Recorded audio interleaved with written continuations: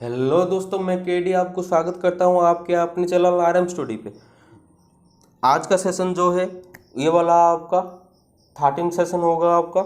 इसके बाद 2 सेशन में जो है आपका इस सेशन कंप्लीट हो जाएगा। उसके बाद जो वीडियो आएगा आपका एक ट्रिक में बताऊंगा कैसे आप एग्ज़ाम को अटेम्प्ट करेंगे जिसके लिए आपका जो एक्यूरेसी है वो ज़्यादा रह सके। ठीक है, तो सारे कुछ सारे मैं स्टेप बाय स्टेप बताते रहूँगा आपको। तो आज का जो सेशन है वो 25 क्वेश्चन का है। तो आज के सेशन को शुरू करते हैं। जो इसके पहले जो इस चैनल में नए हैं वो प्लीज़ चैनल को सब्सक्राइब कर लीजिए और बेल आइकन को क्लिक करना ना भूलिए। और टेलीग्राम से ज्वाइन करने के लिए टेलीग्राम का लिंक भी डिस्क्रिप्शन पे दिया हुआ है, आप चाहे तो लिंक से भी ज्वाइन कर सकते हैं। तो चलते हैं आज की वीडियो को शुरू करते हैं। आपका जो 424 का जो था, ठीक है, आपका जो होमवर्क था उसका जो सही आंसर है आपका एवलेंस ब्रेकडाउन। ठीक है, आपका जीनो डायोड जो ब्रेक करता है ग्रेटर देन 5 वोल्ट, मतलब 5 वोल्ट से ज़्यादा पे जो ब्रेक करता है उस जो ब्रेकडाउन को हम एवलेंस ब्रेकडाउन बोलते हैं। ऑप्शन ए इधर आपका सही आंसर है।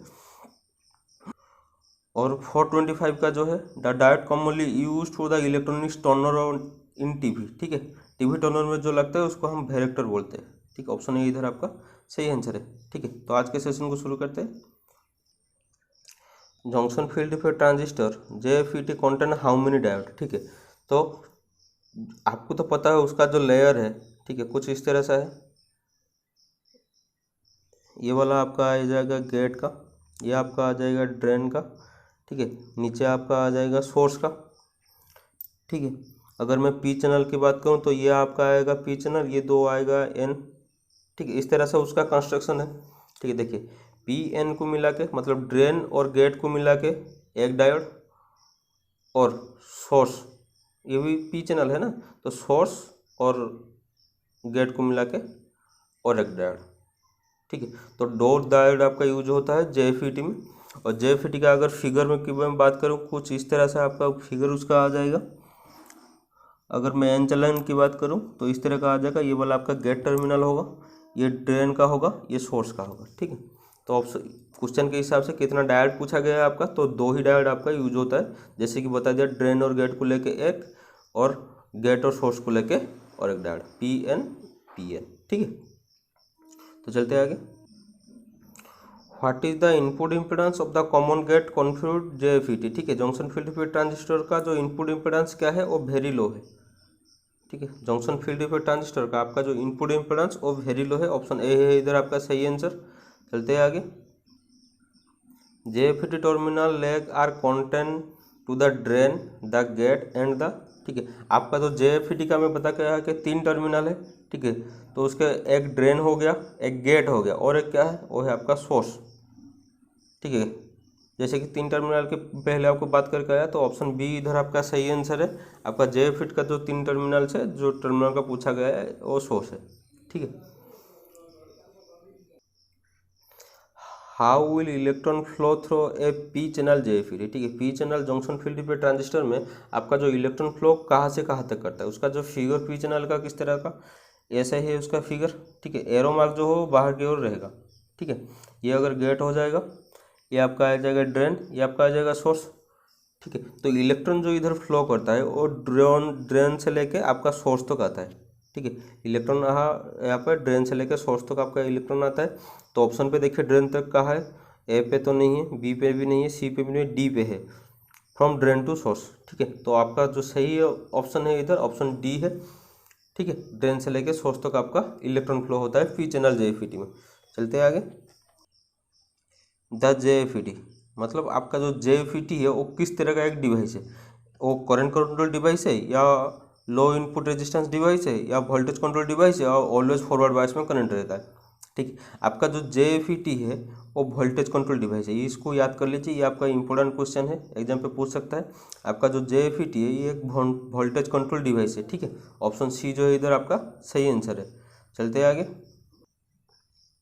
इन a parallel RLC circuit which value many always be used as a vector reference. ठीक है, कौन सा जो वैल्यू है, ठीक है, वोल्टेज जो है वो वेक्टर रेफरेंस हर वक्त आपका यूज होता है RLC सर्किट में। ठीक है, RLC सर्किट में वोल्टेज जो है ज़्यादातर आपका रेफरेंस यूज होते हैं, तो ऑप्शन डी इधर आपका सही आंसर है। चलते हैं आगे। सीरीज आरएलसी वोल्टेज और impedance total most be calculated by, ठीक है, आपका इम्पेडेंस हो या वोल्टेज हो और उसको जो कैलकुलेशन करने का जो मेथड है वो कैसे कैलकुलेशन होता है, वो एडिंग वेक्टर, ठीक है।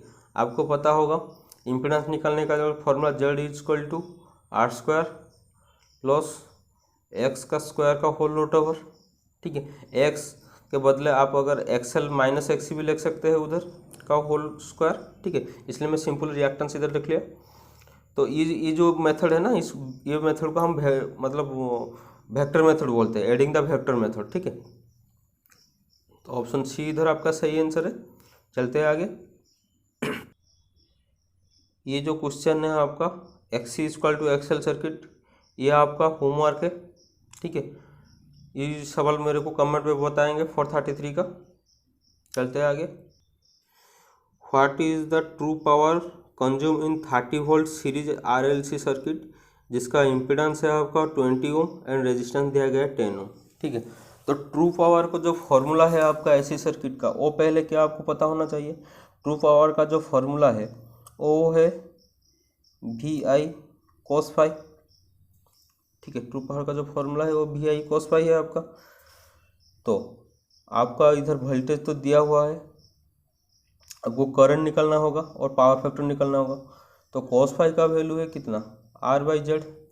आर कितना दिया गया है आपका 10, जेड दिया गया है आपका 20, ठीक है। ये आ जाएगा आपका 0.5 पावर फैक्टर आपका आ जाएगा। पावर फैक्टर निकल गया। करंट कैसे निकालेंगे, करंट निकालने का जो फॉर्मूला है एसी सर्किट में I equal to V by Z हो जाएगा इधर, ठीक है। तो वोल्टेज कितना दिया गया है 30 दिया गया है आपका, जेड सर्किट में कितना है 20, तो 3/2 आपका आ जाएगा। आपका करंट निकल आया तो पावर निकाल लेंगे।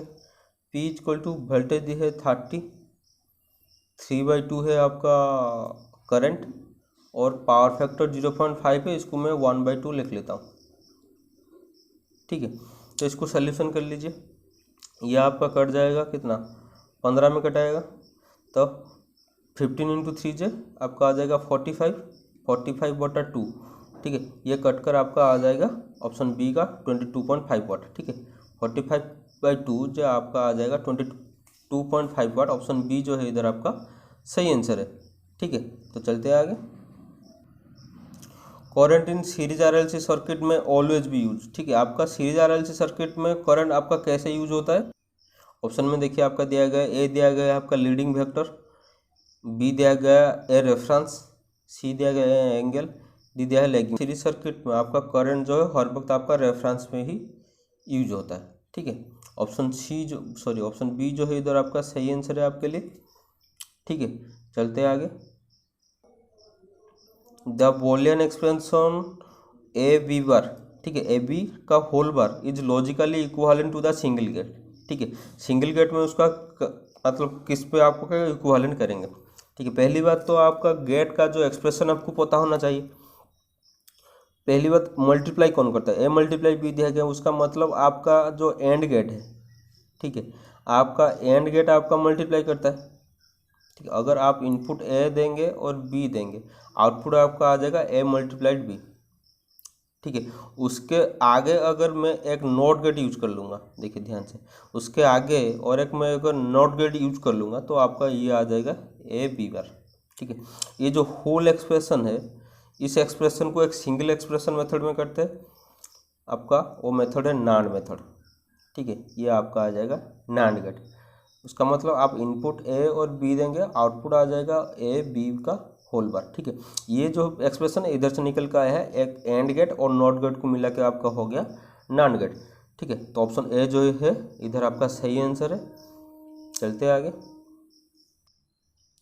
Increasing the number of turn off wire on a secondary of a transformer wheel, ठीक है। आपका ट्रांसफार्मर में number of turn wire increase करता है सेकेंडरी साइड में, तो क्या होता है, ठीक है। आपका दो है करंट, आपका सेकेंडरी करंट जो है डिक्रीज हो जाता है। आपको ये पता होगा आपका दो है, एक है स्टेप अप, ठीक है, और एक है आपका स्टेप डाउन। ये जो दोनों है, स्टेप अप क्या करता है, वोल्टेज का वैल्यू को इंक्रीज करता है, ठीक है, वोल्टेज आपका इंक्रीज हो रहा है, मतलब प्राइमरी से सेकेंडरी वोल्टेज आपका इंक्रीज हो रहा है, और प्राइमरी करंट जितना होगा सेकेंडरी करंट उसका, ठीक है, सेकेंडरी करंट डिक्रीज हो जाएगा। ऐसे स्टेप डाउन में आपका वोल्टेज, सेकेंडरी वोल्टेज आपका डिक्रीज हो जाएगा, उस तरह आपका प्राइमरी करंट से लेकर सेकेंडरी करंट आपका इंक्रीज हो जाएगा। ये चीज़ आप याद रखिए, टर्न रेशियो आपका इंक्रीज करने के लिए आपका करंट जो है डिक्रीज हो जाता है। तो स्टेप अप में होता है ये सब। क्वेश्चन में दिया गया है increasing the number of turn off the wire in the secondary of the transformer wheel, ठीक है, नंबर ऑफ वायर आपको सेकेंडरी पे आपका इंक्रीज कर रहा है, उसका मतलब वो इंडिकेट कर रहा है कि वो स्टेप अप ट्रांसफॉर्मर में, तो उस टाइम क्या होगा, आपका सेकेंडरी करंट जो है उस तरफ डिक्रीज कर जाएगा। ऑप्शन बी का जो सही आंसर है, डिक्रीज द सेकेंडरी करंट, ठीक है। चलते हैं आगे। The transformer turn ratio determine, transformer का टर्न रेशियो किसे डिटरमाइन करता है, ratio of the primary and secondary voltage, ठीक है, the ratio of the primary and secondary current, the reflective impedance, ठीक है, ये जो है सबको करता है, मतलब ऑप्शन डी जो है इधर आपका राइट आंसर है। ट्रांसफॉर्मर टर्न रेशियो डिटरमाइन आपका वो ट्रांसफॉर्मर का मतलब secondary, primary and secondary voltage को भी डिनोट करता है, प्राइमरी सेकेंडरी करंट को भी करता है, और रिफ्लेक्टेड इम्पिडेंस को भी करता है। All of this above is the right answer for you. चलते हैं आगे। Mutual induction is depend on, ठीक है, म्यूचुअल इंडक्शन किसके ऊपर डिपेंड किया है, आपका ऑप्शन में दिया गया है winding ratio, output polarity, DC voltage level, current changes. आपका जो सही आंसर है इधर आपका ऑप्शन डी, करंट चेंजेस, ठीक है। आपका म्यूचुअल इंडक्शन किसके ऊपर डिपेंड करता है, आपका करंट चेंजेस के ऊपर, ठीक है। ऑप्शन डी इधर आपका सही आंसर है। चलते हैं आगे। When the speed at which the conductor move through a magnetic field is increased, then the induced voltage, ठीक है, आपको बताया गया एक मैग्नेटिक फील्ड है, मतलब ये आपका फील्ड है, इस तरह से आपका मैग्नेटिक लाइन ऑफ फोर्सेस जा रहा है, ठीक है, उसका अंदर अगर एक आप कंडक्टर को मूव करेंगे, ठीक है, एक आप कंडक्टर को मूव करेंगे, ठीक है, तो आपका ये मूवमेंट जो इंक्रीज होगा ना, तो फ्लक्स लाइन ऑफ ज़्यादा जर कट करेगा, ज़्यादा कट करेगा, उसका मतलब उधर आपका है ज़्यादा आपका voltage induce, cut the magnetic line of forces then EMF will be induce, ठीक है। तो ऑप्शन इधर आपका कौन इंक्रीज दिया गया है, तो ऑप्शन ए इधर आपका सही आंसर होगा। चलते हैं आगे। The induce voltage across A coil with 250 turn that is located in a magnetic field that is change at the rate of 8 weber पर सेकेंड इच, ठीक है। आपका वोल्टेज कितना इंड्यूस हुआ होगा ये पूछा गया है। आपका टर्न कितना है 250 ओम, आपका मतलब मैग्नेटिक फ्लक्स जो है वो चेंजिंग हो रहा है आपका 8 वेबर पर सेकेंड, ठीक है। तो आपका ईएमएफ कितना इंड्यूस होगा, 250 मल्टीप्लाइड बाई 8, ठीक है, आपका आ जाएगा 2000 वोल्ट, ठीक है। ऑप्शन बी जो है आपका इधर सही आंसर है, ठीक है। चलते हैं आगे। For the given wire wound core in increasing in current through the coil, ठीक है, एक वायर वाउंड कोर में अगर करंट इंक्रीज करेंगे कॉइल के थ्रू से तो आपका क्या होगा, तो इधर आपका क्या हो जाएगा, आपका फ्लक्स डेंसिटी जो है आपका इंक्रीज कर जाएगा, इंक्रीजिंग द फ्लक्स डेंसिटी, ठीक है। अगर आप एक वायर वाउंड कोर में आपका करंट को क्या करेंगे, इंक्रीज करेंगे, ठीक है, तो आपका फ्लक्स डेंसिटी जो होगा इंक्रीज हो जाएगा। ऑप्शन सी इधर आपके लिए सही आंसर है। चलते हैं आगे।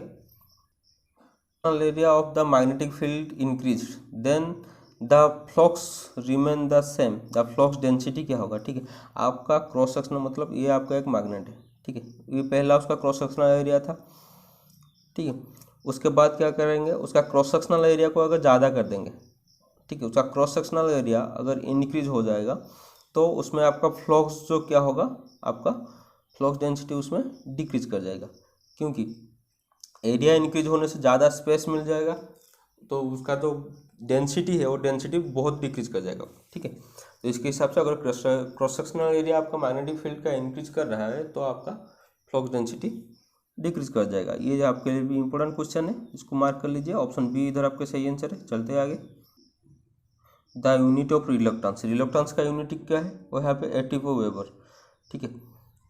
आपको पहले भी बताया गया है, आपको यूनिट आपके लिए बहुत इंपॉर्टेंट चैप्टर होने वाला है, क्योंकि यूनिट से ऊपर आपका जो सेल है वो 4 से 5 मार्क आपका आता है यूनिट से ऊपर, ठीक है। इसलिए यूनिट को बहुत अच्छा से कंप्लीट करके जाइए, ठीक है। तो उसके बाद जो आपका क्वेश्चन है, the unit of the permeability is, ठीक है, परमेबिलिटी का आपका यूनिट क्या है, तो ऑप्शन ए इधर आपके लिए सही आंसर है, वेबर पर 80 × m, ठीक है। और आपका जो एक है एब्सोल्यूट परमेबिलिटी का है आपका H/m मतलब हेनरी पर मीटर, ठीक है। ऐसे जो है आपका यूनिटी है, आप इसको मतलब यूनिटी को अच्छा तरह से प्रैक्टिस करके जाइए, आपका एग्जाम से कॉन्फर्म 4 से 5 आने वाला है, ठीक है। चलते हैं आगे। What is the magnetomotive force in a 75 turn coil of a wire when there are 4 ampere of current through it, ठीक है। देखिए आपका टन दिया गया है आपका 75 टन और करंट दिया गया है 4 एम्पियर, ठीक है। तो आपका जो पूछा गया है क्या, आपको मैग्नेटोमोटिव फोर्स का पूछा गया है, तो आपका टॉन और एम्पियर को अगर मल्टीप्लाई कर लेंगे, मतलब आपका 75 मल्टीप्लाइड बाई 4, तो आपका यह हो जाएगा आपका 380, ठीक है, एम्पियर टन। तो ऑप्शन सी जो है इधर आपका सही आंसर है, ठीक है। चलते हैं आगे। The direction of the magnetic field when the magnet is, ठीक है। आपका मैग्नेटिक फील्ड का डायरेक्शन क्या है, ये अगर आपका मैग्नेटिक फील्ड होगा, ये आपका नॉर्थ पोल और ये आपका साउथ पोल है, ठीक है। आपका जो मैग्नेटिक लाइन ऑफ फोर्सेस मतलब पोल के बाहर, ठीक है, मैग्नेट के बाहर और नॉर्थ से साउथ की ओर जाता है, ठीक है। और मैग्नेट के अंदर, ठीक है, इस तरह से आता है, ठीक है, मतलब साउथ से नॉर्थ, ठीक है। तो ऑप्शन ए इधर आपका सही आंसर है। ये आपका इंपॉर्टेंट क्वेश्चन है, ये वाला बहुत बार आपका एग्जाम पे पूछा गया है, जैसे कि सेल में भी पूछा गया है, ठीक है, और DMRC में भी पूछा गया है, DRDO में भी पूछा गया है, बहुत लगभग सारे एग्जाम में ऐसा क्वेश्चन रहता है, ठीक है। इनसाइड मैग्नेट कैसे जाता है आपका मैग्नेटिक लाइन ऑफ फोर्सेस, और आउटसाइड द मैग्नेट आपका कैसे जाता है लाइन ऑफ फोर्सेस, ठीक है। तो ये वाला क्वेश्चन आपका इंपॉर्टेंट है। आउटसाइड मैग्नेट आपका जाता है नॉर्थ से साउथ और इनसाइड द मैग्नेट आता है आपका साउथ से नॉर्थ, ठीक है। चलते हैं आगे। The ability of a material to remain magnetise after removal of the magnetising forces is known as, ठीक है। ये वाला जो क्वेश्चन है आपका होमवर्क है, ठीक है। इस क्वेश्चन का आप ऑप्शन नीचे देख सकते हैं, ये वाला आपका रहा ऑप्शन, ठीक है। इसको नोट कर लीजिए और उसका आंसर जो है आप मेरे को कमेंट सेक्शन पे बता दीजिए। उसके बाद जो दूसरा है, the induce voltage across the stationary conductor in a stationary magnetic field, ठीक है।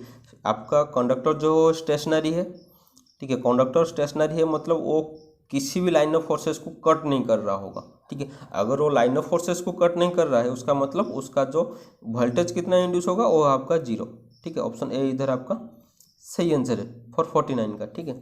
और 450 ये वाला आपका होमवर्क है, ठीक है। An electromagnetic field exist only when there are, ये आपका है होमवर्क, आप इसको कमेंट सेक्शन पे बता दीजिए। तो ये सेशन यही ख़त्म हो रहा है। इसके बाद जो 2 सेशन पे आपका जो है पूरा 500 क्वेश्चन जो है वो डिस्कशन हो जाएगा, ठीक है।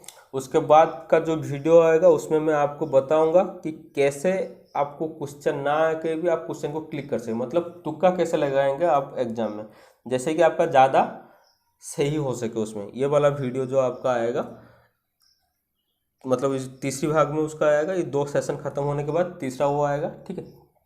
तो इस सेशन में आपको जो भी डाउट रहा आप मेरे को कमेंट सेक्शन पे बता दीजिए, और कोई भी पहला जो वीडियो है जिसमें भी डाउट रहा हो आप बता सकते हैं। और होमवर्क जो है एक मतलब मेनली आप होमवर्क को कमेंट करके बताइए, ठीक है, इसलिए मेरे को पता चलेगा कि आप कितना एक्टिव है।